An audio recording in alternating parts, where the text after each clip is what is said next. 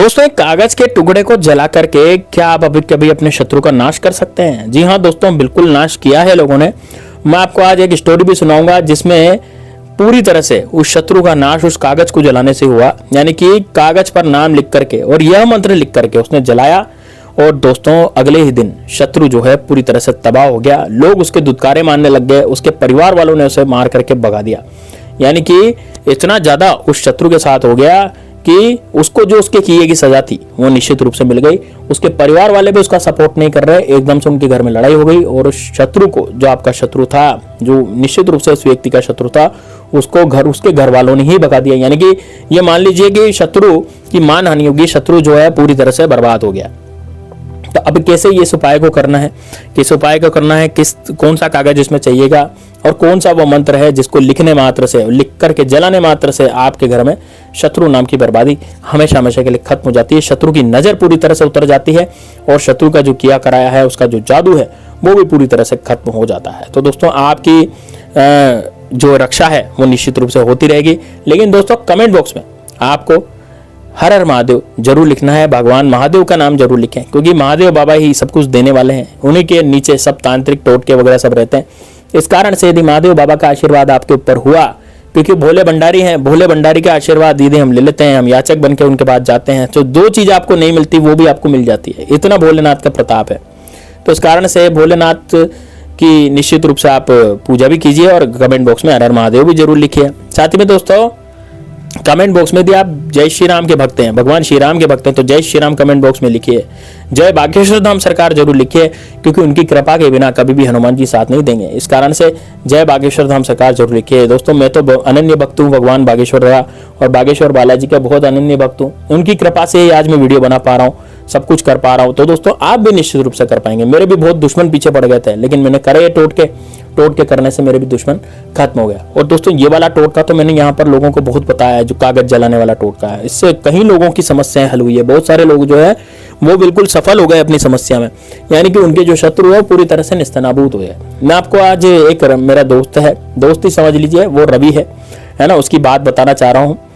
अब वो क्या करता था कि वो उसके दुश्मन जो है उसको बहुत परेशान करते थे। जैसे मान लीजिए कि उसकी जो है प्रॉपर्टी खूब थी और प्रॉपर्टी के लालच में शत्रु उस पर तांत्रिकों द्वारा किया करा देते हैं। कितनी बार तो उसको, मतलब ये मान लीजिए कि बहुत बुरे भी सपने आते थे रात्रि में और वो डर जाता था, रात को नींद नहीं आती थी, है ना। और इस तरह की हालत हो गई थी कि डॉक्टर से चेकअप कराता था, जब भी उसके मतलब जो है उसकी बीमारी समझ में डॉक्टरों को नहीं आ रही थी। तो मतलब यानी कि वो किया कराया जो है दुश्मनों ने उस पर करवा दिया था कि भाई ये व्यक्ति जो है खत्म हो जाए तो इसकी प्रॉपर्टी हम हथिया लेंगे।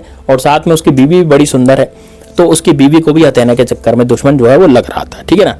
अब क्या है, अब क्या करा, अब मेरे पास जब वो आया तो मैंने उसको टोटका बताया कि भैया ये वाला टोटका तू कर, क्योंकि तेरी तो बहुत ज्यादा गंभीर समस्या है। शत्रु जो है तेरे हाथ धो के पीछे पड़ा हुआ है और शत्रु के कारण, और वो उसके गुप्त शत्रु थे, यानी कि उसको सामने से वार नहीं करते थे, पीठ पीछे वार करने वाले शत्रु। यानी कि सामने से तो बहुत मीठा मीठा बोलते थे, लेकिन पीठ पीछे वो बहुत ज्यादा उसकी बुराई करते थे, पीठ पीछे वो बहुत ज्यादा बोलते थे। अब दोस्तों देखिए, अब मान लीजिए ऐसे शत्रु फंस जाते हैं ना, जो पीठ पीछे हम पर किया करा करवा देते हैं या फिर हमसे बहुत ज्यादा मतलब परेशानी हमें देते हैं, तो ऐसे शत्रु का तो बहुत मुश्किल से हल निकलता है, क्योंकि वो शत्रु का नाम ही हमें पता नहीं है ना। तो हम यदि कुछ उपाय भी करें तो बिना नाम के कैसे उपाय करें, तो इसीलिए कागज वाला उपाय मैंने आपको उसको बताया। और दोस्तों, उसने क्या करा, अब उपाय भी सुन लीजिए, है ना। ये उपाय शनिवार और मंगलवार के दिन आप कर सकते हैं, रविवार के दिन भी उपाय कर सकते हैं। रात्रि में उपाय किया जाता है, दिन में नहीं किया जाता, यानी कि दिन में आप इस उपाय को नहीं कर सकते। ये उपाय करने का जो समय है रात्रि में है 9 बजे के बाद, यानी 9 से और 12 के बीच में आप कभी भी इस उपाय को कर सकते हैं। एकांत कमरे में बैठ के करना है और उपाय करते समय ध्यान रखना है कि कोई आपको टोके नहीं, कोई आपको रोके नहीं। यदि आपकी पत्नी उसी कक्ष में शयन करती है, मतलब उसी कक्ष में यदि सोती है, तो उस पत्नी को भी थोड़ा सा आप बाहर निकालने के कष्ट करें, क्योंकि 2 जने रहेंगे ना एक कमरे में तो ये उपाय निश्चित रूप से नहीं होगा, क्योंकि वो सामने वाला यदि बोल गया तो आपका उपाय सफल नहीं होगा। तो आपको एकांत कमरे में बैठ जाना है। जरूरी नहीं करा में कि बेडरूम में बैठे, है ना। आपका कोई भी कमरा खाली हो तो वहां भी बैठ के आप कर सकते हैं, ताकि पत्नी को कोई परेशानी नहीं हो सोने में करने में, ठीक है ना। चलिए, अब आप क्या करेंगे, इस उपाय को करने के लिए एक बात का विशेष ध्यान रखना है कि इस उपाय को करते समय आपको वो रात्रि वाली क्रिया नहीं करनी जो पति पत्नी के बीच में होती है, ठीक है, समझ रहे हैं आप, है ना। इस उपाय को करने के रात को ही बस, बाकी तो और दिन आप फ्री हैं, आराम से कर सकते हैं, आपकी पत्नी है कुछ भी करें, लेकिन उस रात्रि में, जिस दिन आपने इस रात्रि को ये उपाय किया है, चुपचाप आपको सो जाना है। कोई किसी तरह की कोई कीड़ा नहीं करनी है आपको, किसी तरह का कोई भी पत्नी से मतलब संबंध नहीं बनाना है, ठीक है ना, उस रात को।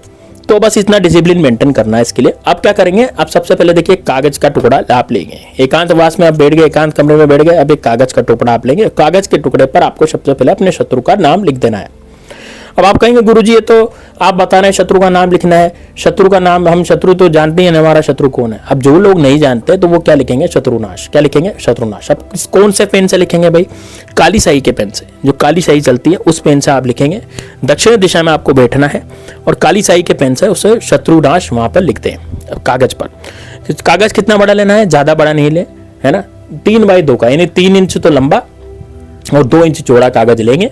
तो ऊपर क्या लिखेंगे, सबसे पहले ऊपर लिखेंगे शत्रुनाश और नीचे की तरफ लिखेंगे दोस्तों आप यह मंत्र ना, और मंत्र है दोस्तों शत्रु क्रीम फट। मंत्र क्या है, शत्रु क्रीम फट, और बीच में प्लस का साइन लगा देंगे। जैसे ऊपर की तरफ आपने ये लिखा शत्रुनाश और नीचे की तरफ आपने मंत्र लिखा शत्रु क्रीम फट और बीच में क्या लगा दिया, प्लस का निशान लगा दिया। अब आप क्या करेंगे, उस एकांत कमरे में बैठेंगे। उस एकांत कमरे में बैठ करके आपको 31 बार इस मंत्र का जाप करना है। कितने बार जाप करेंगे भाई, 31 बार। अब 31 बार मंत्र का जाप करेंगे तो कौन सा मंत्र है, वो मंत्र है दोस्तों जो आपने लिखा शत्रु क्रीम फट, या आप 31 बार बोलेंगे। अब 31 बार बोल करके कपूर की सहायता से इस कागज को आपको जला देना है। यानी कि 31 बार आपने ये मंत्र बोला, कागज आपके सीधे हाथ में रहेगा, है ना। कागज आप जब आप मंत्र बोल रहे होंगे तो कागज आपके सीधे हाथ में रहेगा और उसमें लिखा हुआ रहेगा शत्रुनाश प्लस और नीचे शत्रु क्रीम फट, और आपके सीधे हाथ में कागज रहेगा। आपको अब अपने शत्रु 31 बार मंत्र बोलते हुए अपने शत्रु का ध्यान करना है। आपने यदि नाम लिखा है तो आपको शत्रु का ध्यान करना, नाम नहीं लिखा क्योंकि आपने केवल शत्रुनाश लिखा है तो आपको उन घटनाओं को याद कर बोलना, आपको उन घटनाओं को सोचना है जो आपके साथ बीत गई हैं लेकिन वो होनी नहीं चाहिए थी, यानी अशुभ घटनाओं को आपको याद करना है। जैसे मान लीजिए आपको नींद नहीं आती थी, या फिर आपको कुछ ऐसा लगता था उच्चाटन, या फिर कुछ ऐसा लगता था कि कोई आपको मार देगा, या कुछ ऐसा आपको लगता था, फील होता था, तो आप क्या करेंगे, इस तरह से उन घटनाओं को याद करेंगे। और यह मंत्र जब 31 बार पूरा हो जाए तो उसके बाद इस कागज को आपको वहीं पर जला देना है सामने ही। यानी आप कोई कपूर वगैरह जला करके इस कागज को आराम से जलाएं। जैसे कागज जल जाएगा, कागज की राख बचेगी, इस कागज की राख को आपको गंदे पानी में डाल देना है ना। जो आपके घर में शौचालय है तो शौचालय में आप इसकी राख को डाल करके और फ्लश को चालू कर दें। और जिस तरह से जैसे उसमें राख डाली है तो सारी की सारी राख जो है वो कमोड में नहीं रहनी चाहिए, सारी की सारी राख जो है भेज जानी चाहिए। इसलिए फ्लश को अच्छे से चालू करें, अच्छे से उसमें पानी डाल दें, यानी उसको पूरा बहा दें, है ना। वो नहीं रहना चाहिए, वो दिखना नीचे कागज, ठीक है। बस इतना आप करेंगे, अगले दिन आपको शत्रु की बुरी खबर मिल जाएगी कि भैया ये वाला जो शत्रु है आपका ये उड़ गया, या फिर ये वाला शत्रु है उसको गंभीर बीमारी हो गई, या फिर इस शत्रु को मार के भगा दिया घर वालों ने, या फिर इसके शत्रु के घर में जो है रात में ही लड़ाई हो गई और उस शत्रु को घर वालों ने भगा दिया वहां से।